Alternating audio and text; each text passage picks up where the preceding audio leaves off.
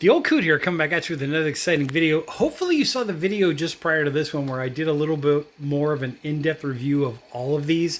24 minutes long. So believe me, there's a lot of description in there. There's a lot of different changings of flavors as I continued to sip them while the ice melted and kind of diluted what was in these. I also put in some Italian sparkling mineral water just to kind of take the alcohol bite off so I could actually taste what was going on. Very complex video. But anyways, this one is the short and sweet one for those of you out there that are watching. Aperix is pretty much an orange creamsicle. That's basically what it is. It was bitter when I had it straight, just very slight bitterness, but a little bit more on the sweeter side. As I continued to let the ice melt and let it get more diluted, that bitterness went away and the sweetness came forward. So that's basically what happened there. The Aperol was very bitter and orange when it started out. Slowly as the ice melted, the bitterness went away and a little bit more of the orange and cherry started coming through. So that's what Aperol is. So if you wanted to interchange these, just know that this one's going to be like an orange creamsicle. This one's going to be like an orange, maybe with a little bit of cherry to it. Not that bitter, right? Not that bitter. If you want to go in the bitter realm, then I would say Rosso, Amaro, and Santoni. I would say these two are pretty much, when I started out, they were very different, but as the water started to melt, they started to get more and more similar.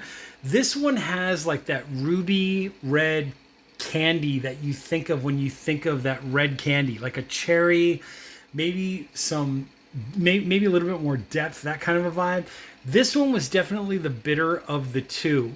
Right, and this one is just a little bit less developed in terms of like that candied cherry or that candied orange kind of a flavor. So yes, they are citrus based. I guess I would throw them into that category.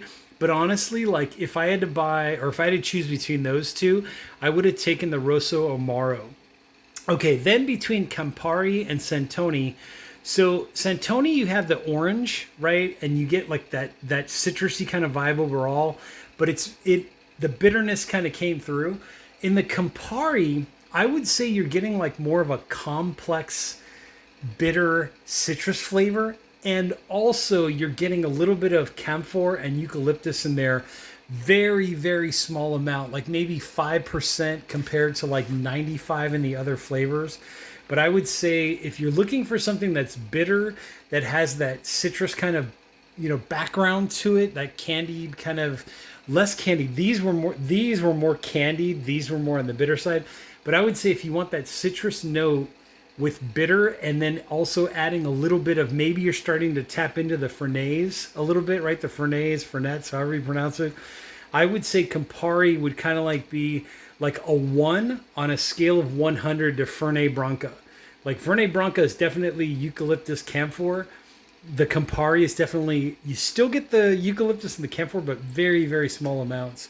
So to put it a different way, if you want more of the stone fruit, that barbecued with a little bit of honey, maybe some sugar, caramelized stone fruit, stick with these three. This would give you more of the orange sickle. This would give you more of like the candied orange with a little bit of cherry. This one is definitely like more of a ratio of cherry to the orange, right? If you're looking for the bitter, right, you want the bitter drink, less sweet. Maybe you have a client, you're a bartender, right? You have a client who doesn't really like the sweet. I would definitely stick with these two.